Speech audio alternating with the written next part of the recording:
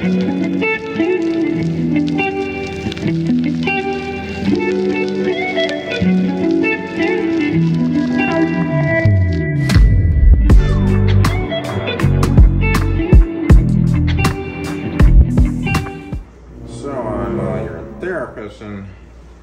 seeming you've been having some problems with your religious beliefs, I've been hearing.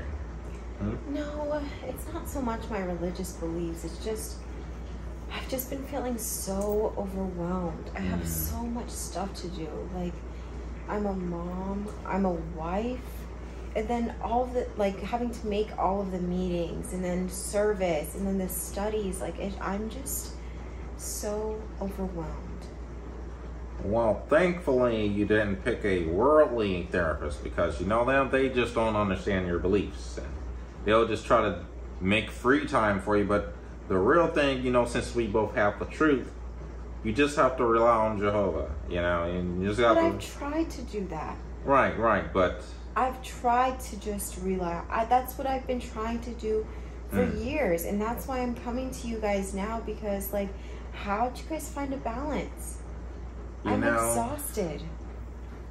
That's where prayer and good faith comes. You know, many people in the Bible, they were also tired and striving for the end, but the end is right around the corner. So you just have to keep doing what you're doing and, you know, rely on Jehovah. Yeah, that's what you gotta do. And this economy is just so bad. And understand, like, we've been trying to just, you know, put Jehovah first in everything that we do, making sure to go to the meetings. But sometimes, you know, my husband gets offered overtime at his job. So he can take overtime, and it would really help with the financial load in our household for him to just take, you know, one day, you know, to work so that he can bring in extra income. You know, thankfully we have these opportunities to where we don't have to go to the world and get a therapist. But we have our own therapist, and that's where we can relate to, you know, our beliefs, and you just rely on Jehovah. That's what you can do, you know. And these worldly possessions, you know, we get overwhelmed, and we get these flashy, sparkly opportunities sometimes, and it's like all I have to do is maybe miss a meeting, but you miss one meeting, next thing you know, you're smoking crack on the street in Satan's world. So you can rely on Jehovah, and Jehovah, even though, you know, you were mentioning the lights are out right now and your husband's truck got repossessed and you all have to walk to work, you just got to rely on Jehovah and a little while longer and everything's going to be all right. Rely on Jehovah. I just feel like we just have all of these problems, and I actually want my husband to come in and also do a therapy session, because he's got some anger issues, you know, like it's not like normal people the way that his anger is. I feel, you know, he just gets very hot-tempered sometimes, and that's not godly. You know, what you both have to do, rely on Jehovah, because, you know, even if he's verbally or physically abusive, you can't divorce him. I didn't even get there yet. He is physically abusive. Sometimes I get pushed down the steps, and, you know, like, I went and spoke to my elders about it, and I told them, hey, listen, like, he's hitting me, and that can be dangerous for the kids too. And the way that he is with the kids, it's just like, he's very aggressive. And I think that, I don't know what is wrong with him, but, you know, they told me that he has to do a deep dive into the Bible and fix these things for himself, and that I just have to, you know, stay steadfast and show all of the qualities of a really good wife. But sometimes I'm tired. Like, it's small things that he'll just get so worked up about. Well, it sounds like your marriage has not been relying on Jehovah, because that's the only way things can be bad in the organization in a marriage, is because you're not getting enough field service time or not doing your personal study. And I'm a pioneer. well, you could be pioneering a little more. What about going out with the need is greater? You know, anytime something goes bad in Jehovah's organization, it's our fault because we're not doing everything we could be doing. We're not praying enough. We're not relying on Jehovah. And, you know, no matter what, no matter how bad your husband is, can't leave until he cheats. Doesn't matter. Got to rely on Jehovah. And sometimes I want him to. I want him to just go and cheat because I feel so overwhelmed with everything. Even sometimes, like, don't you ever feel that way within this organization? Don't you ever feel overwhelmed and anxious? Well, thankfully, anxious about the new system and coming and all the destruction and also trying to balance things from this life. Don't you ever feel that way? Well, that sounds like an apostate way of thinking because we live the best life ever. We're happy all the time and we rely on Jehovah. And if we're not happy, it's because we're not relying on Jehovah. And thankfully, we don't have to go to worldly therapists. We can just keep it in-house. And I can just give you the advice you need about relying on Jehovah because that's always the answer. Because I don't think for myself, so I'm happy. At least I think. Well, I think this session went pretty good. How you feeling? Wonderful. I can already tell by the smile. You know, as long as you're relying on Jehovah, everything's going to be all right. That's what I'm here for. And thankfully, Jehovah's direction and the chariot is moving toward help because the elders can't do it all and they're not professionals. So we just find brainwashed professionals like myself that'll give you the same advice the elders will give you, except I have a plaque on the wall over there. Same time next week? Sure. All right, rely on Jehovah. What's up, YouTube? We back once again with some more info. More information. So we actually found this website. Well, I found it through this girl's Instagram page, Apostate Barbie. You guys might know her. She's pretty cool. Yeah. And I've been following her since before we even started making videos. She posted this on her story, and I had to look into it. I'm like, what is this about? Y'all, when we clicked on this website, it's called brocouncil.com, okay? And it's basically Jehovah's Witness therapists. Which comes in handy because, as we'll show later, a lot of witnesses deal with depression. Yeah. A high percentage of witnesses are depressed. And Anxiety, things like that. And self-limiting beliefs, just all a of lot. those things. Yeah. So they have a lot of mental battles that they go through, especially like in my family, they suffer from mental illness.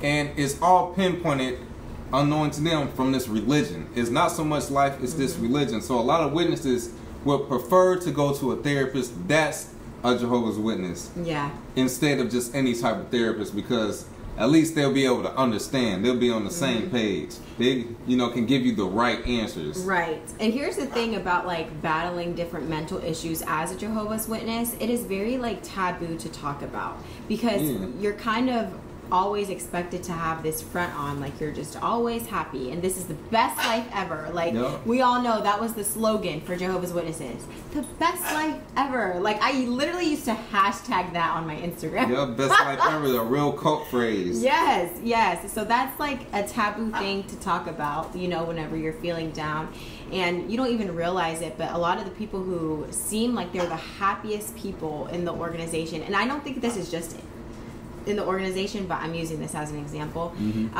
They'll seem like the happiest, most bubbly people, and they have, you know, really dark battles. They battle with themselves every day.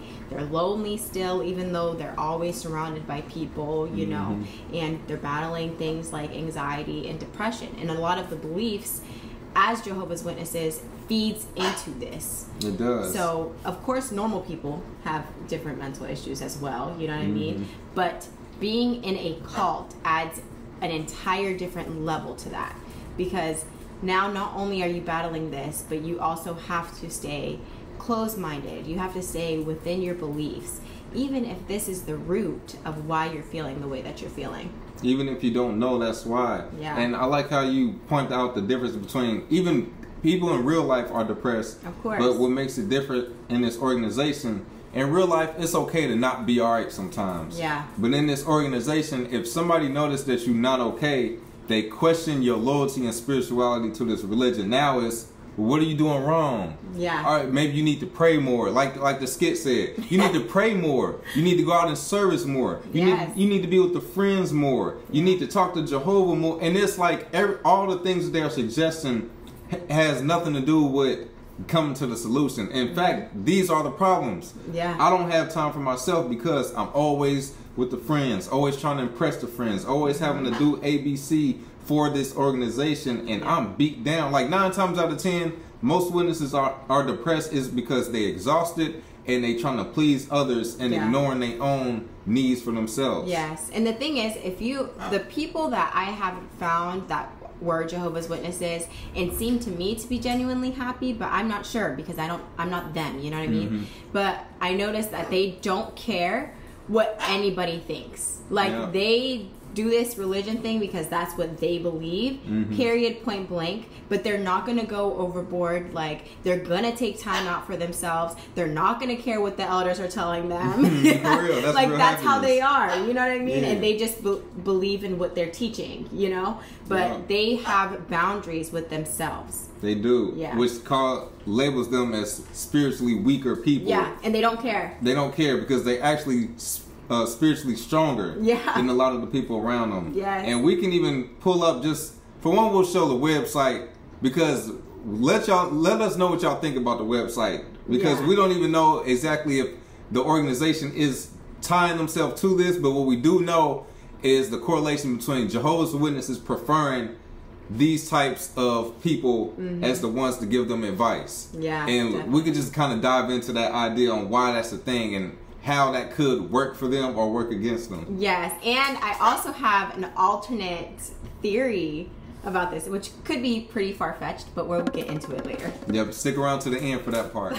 Okay, so this is the very front page as soon as you get to thebroCouncil.com is what it's called. So here, if you scroll down to services, it says, at brocouncil.com, we understand that finding a therapist who respects your faith is important. Our team includes licensed therapists and coaches who are knowledgeable and respectful about Jehovah's Witness beliefs. They can provide culturally competent therapy that aligns with your values and offers support for navigating life's challenges within the framework of your faith. While we offer valuable therapy and coaching sessions focused on your well-being, we also value the guidance we can receive from our local congregation elders. Their advice can serve as a strong foundation for your journey. We want you to help you to see yourself as Jehovah sees you, a precious human being worthy of love and happiness. Our therapy and coaching sessions will provide the help needed to cope, heal, recover, and strive, allowing you to serve Jehovah more fully with a clear mind and a joyful heart.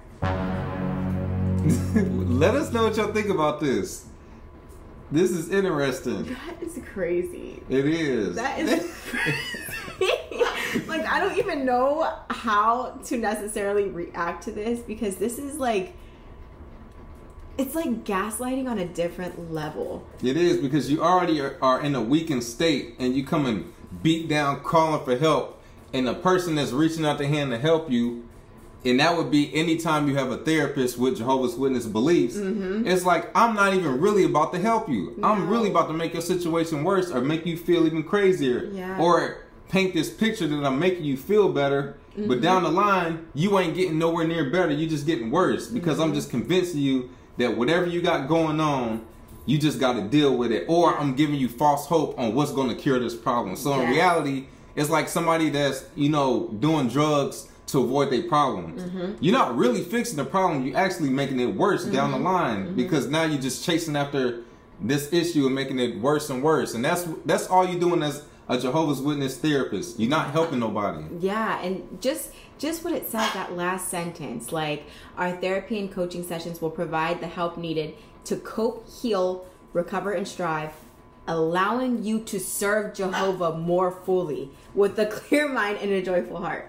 Like, what are you clearing about the mind? That is insane. Like, just imagine some of these situations, like the ones that we did in the skit where somebody has an abusive husband. If you know what the Jehovah's Witnesses teach about marriage and about divorce and things like that, you're not supposed to leave. You can't leave. Yes, even if they are abusing you, like you can't leave. So for people who have never been in a situation like that, like they may not understand how deep like an abusive relationship can be. You know what I mean? So not only are you forcing them to be in this like physically abusive relationship, you then are backing it because your own therapist is backing it because they also believe the Jehovah's Witness beliefs. Yeah. Like this just sounds like the worst case scenario. Yes. This just sounds like the blind leading the blind and making everything so much worse. Yeah, and the therapist is not giving you this wide range of thinking or wide range of options. You are, instead of going to your elders to give you this small box, you just going over here to somebody with the same small box. Yes. And you are being told, and then everything that they're teaching you falls under these guidelines. Yeah. The exact same guidelines. Guidelines that don't even really exist. So like you said about the marriage thing, real life, real therapist is like, you need to get out of this situation. Get far away from it. It's hurting you. It's hurting you. It's hurting your self-esteem. It's hurting your self-worth. You know, like you're in survival mode. Like you're not going to be able to get out because you're literally living with a person who is constantly beating you down. Exactly. Physically and mentally. Like this is literally nothing good about being in this situation. And this is not according to a book or a watchtower. This is just life. Yeah. But then you pick a Jehovah's Witness therapist, and instead of giving you what is going to give you your freedom, it's going to be, let's just keep it in this box. Yeah. And we'll just, it's like the that saying about the rooster or the chicken getting all his feathers plucked off and screaming for help, and then little by little the farmer gives it some wheat and some more wheat, and it's following and eating the wheat. And it's like, you could treat this person however you want, long as here and there you give them a little something, give them a little something more. And that's what this is. You go into these therapy sessions getting this little false hope of, here goes some wheat, here goes some more, even though I'm making your situation worse. Yeah, and even the fact that they brought out that they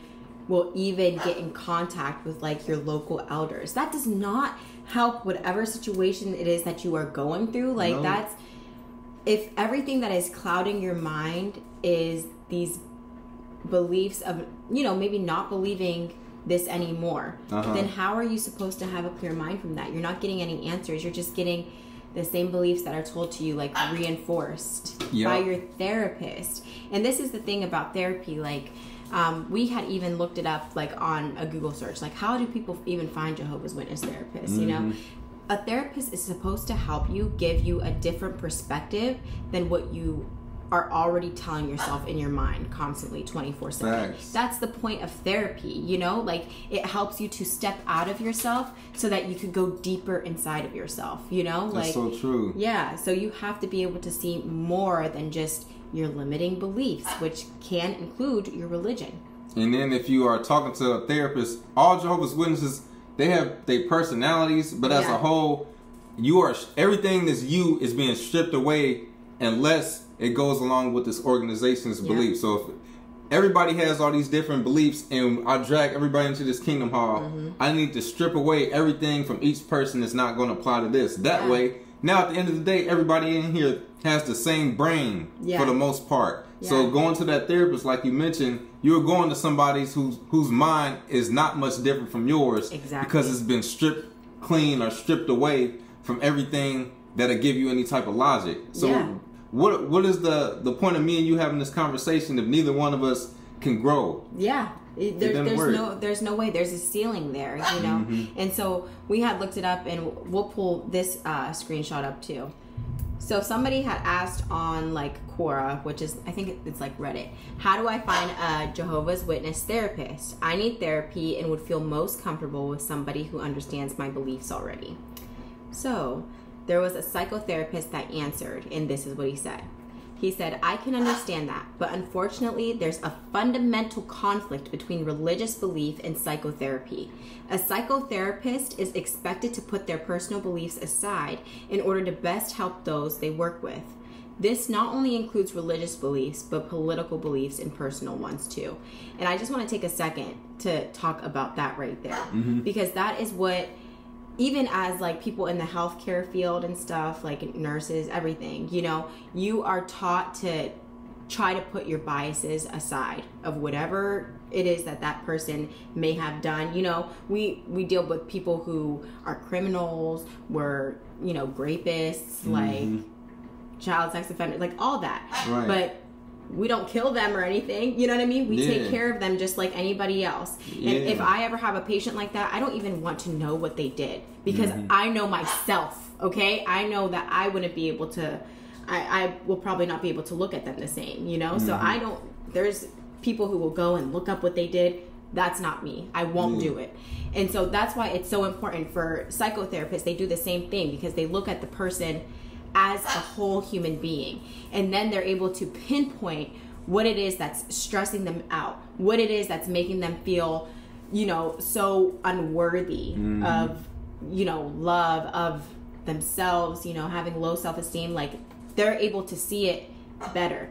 But if you're a Jehovah's Witness who is getting a Jehovah's Witness client, like, how is that going to work? It's very biased. Yes, now, because you're not even aware. No, at all. Because if somebody is talking about how exhausted they are, well, what a normal therapist, what is their daily routine? Well, I wake up in the morning and I have to get up a little earlier so I can do my daily text and my Bible reading, and then I have to go to work, and then I come home and I have to do my personal study. Well, I do that on my lunch break, and then I do my family study, and then I pioneer also, so I have to go out in service for this amount of time, and then I have to also make time during the week for my meetings, and I have to study for that, and then I have Bible studies on the weekend, then I have my Sunday meeting, and then I also pioneer on Saturdays. And a normal therapist is like, whoa, you work a full-time job and you doing that? That's crazy. But rewind that conversation back to a Jehovah's Witness. But they will also tell you to take time for yourself. They will. They'll say you need to start taking some time for yourself, and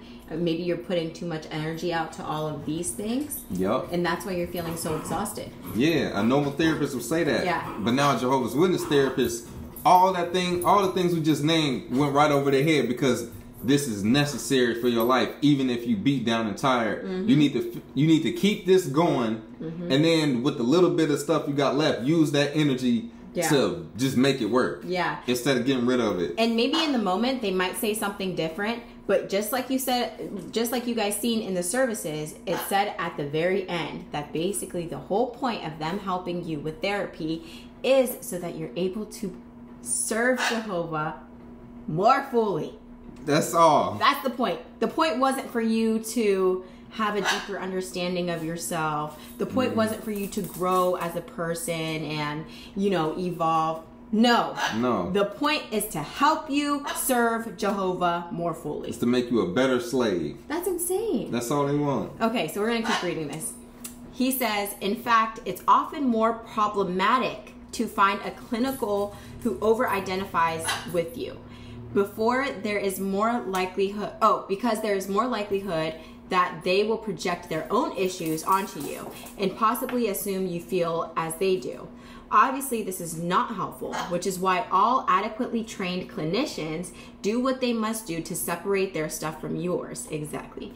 In short, it should not matter if they share your belief or another. Their job is to help facilitate your exploration and help you develop a deeper understanding of your inner world, regardless of what they believe. Imposing one's religious beliefs on a client would be inappropriate, even if those beliefs were similar ones. The whole premise is to question what we generally accept or think we know about the world and ourselves. That would very likely be severely limited if you found someone who practiced from a religious perspective rather than an open-minded, non-judgmental one. And I couldn't agree more. That's 100% facts. Yes, because exactly what he said of like the point of therapy is to make you question your inner world and your perspectives of what the world is and your understanding of yourself. That is what it is for. Yeah. It's a good thing to question everything that you have always believed, because that's the only thing that will help any of us grow as human beings, you know? Right. There's no questions without answers. Yes. And no answers without questioning. There's no answers without questioning. Yes. And the thing is, we can believe something today. And I now know that I have the freedom to change my mind in 2 years, 3 years, 4 years. It doesn't matter. I have that freedom as an individual. But if you're getting therapy from a Jehovah's Witness, you don't have that freedom. No. You don't get to question that. There's certain things that you don't get to question. And this is why the people who made this website, if they really are Jehovah's Witnesses, they definitely saw an opportunity and took it. Yeah. You know what I mean? Like, even though it's unethical, like, period, point blank, doing something like this is unethical. It is. And a therapist that's a Jehovah's Witness has a lifelong therapy session or a lifelong client, because a lot of therapists, you might have to go to them for some time, but at some point you'll learn so many things in these sessions that it's like, you know what, instead of coming this many times, now I only needed this much. Or I'm coming to a point of healing to where I'm at this point. But if you are going to a therapist that's a Jehovah's Witness, you are not getting nowhere. You're not going to get to a point where you are healing or where your problems are starting to go away, because we are ignoring the root of the problem, which is being a Jehovah's Witness. Yeah. As long as you're a Jehovah's Witness, you are not going to reach that full potential of freedom and happiness or finding out who you really are, because everything about you is controlled. Yeah. And for a lot of the people who have issues, you're right. Like that is the root of their problems, and they don't even know it yet, you know? But even whenever you break away, it's like it comes with a whole other list of like issues that you have to face now. So not only are you dealing with like what you used to believe, but now you're dealing with like the shunning afterward, you know? So it's a big laundry list that like, it's like a snowball effect that happens. But once you reach a certain point of like understanding yourself and understanding the world around you to the best of your ability, it's just a completely different experience that I don't think I personally would have ever been able to reach as a Jehovah's Witness. Never. And so seeing something, this is why I think it's so unethical, because it's just not supposed to happen. Like, you're not supposed to go to therapy and get your religious beliefs reinforced. They're really taking advantage of their clients. They are.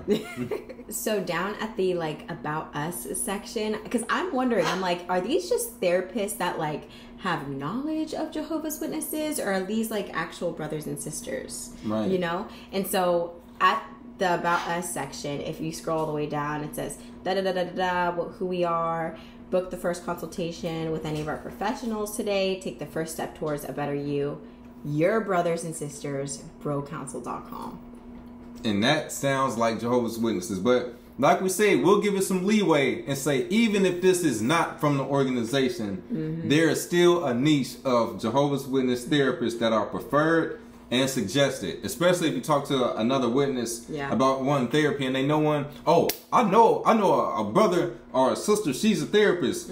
You are more likely to go to that than a worldly person, because they may give you advice from the world or from Satan or some type of psychology thing they learned in college, because that's dangerous thinking. Right. And then I'm like, there's just no way that these people have really done this. And like at the bottom of this website, it's telling you who is booking and like how many people are viewing this page. And just while we've been sitting here, there have been people who have viewed the page, like, and it'll say like a day ago, 23 hours ago, people booking the consultations. Somebody booked 20 sessions. You know what I'm saying? So like obviously there is some kind of need for it, but it's kind of weird because they had an Instagram as well, and whenever I went to go search the Instagram again, like, it's gone. It disappeared. It got deleted. So I don't know what that's about, but they did have an Instagram, and now it's no longer there. I think that a lot of XJWs have kind of picked up this, so I'm wondering if they deleted the Instagram because... For that reason. Yeah, because some XJWs picked it up, and they're like, what in the world is going on, you know? Yeah.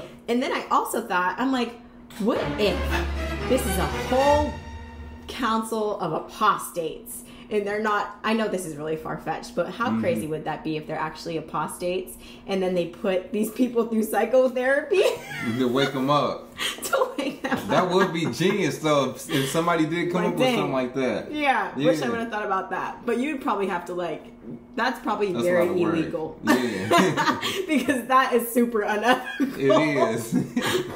But yeah, But- we just had to come through and talk about that real quick. Yeah, because I'm sure a lot of witnesses want therapy and want help, but we know how stubborn they are and how they view outsiders as less than. So they try to keep everything in-house. Kind of like how they start asking for lawyers and things like this. Jehovah's Witness lawyers. Yeah. We need that. Yeah. You know what I'm saying? So you just never know with this organization. But this was just a interesting topic to talk about. Very interesting. It was, but anyways, let us know what y'all think about this in the comments. This is interesting, I'm sure. Or if y'all had any experiences with therapists or Jehovah's Witness therapists during your time in the call. But other than that, Or if you guys have any insight about this website, like Yeah. what is this about? Because we're just coming upon it, you know what I mean? Like within the past couple days, we don't know anything about it either. yeah, this is just something to share. But on that note, we got our Instagram at Awaken Truths IG. Keep hitting us up on there. I know sometimes we might be busy with our schedules, but we try to get back to everybody. We also have our TikTok at Awaken Truths LLC. Follow us on there. We're trying to get those numbers up. What else we got for them? We have our healing journals. We have the regular version and the Pimo version. And Miss Ava gave us an incredible idea to interview somebody who has gone through the entire journal, you know? Yeah. So if you guys have gone through the entire journal, please hit us up on our Instagram. I know there's a couple of you. I just can't think to reach out to you guys because it gets lost. Yeah, so many. Please reach out to us and we will do an interview with you about it. Okay? Yep. And I think that's about it. Don't forget to like, comment, and subscribe, and we will catch y'all in the next one. Peace.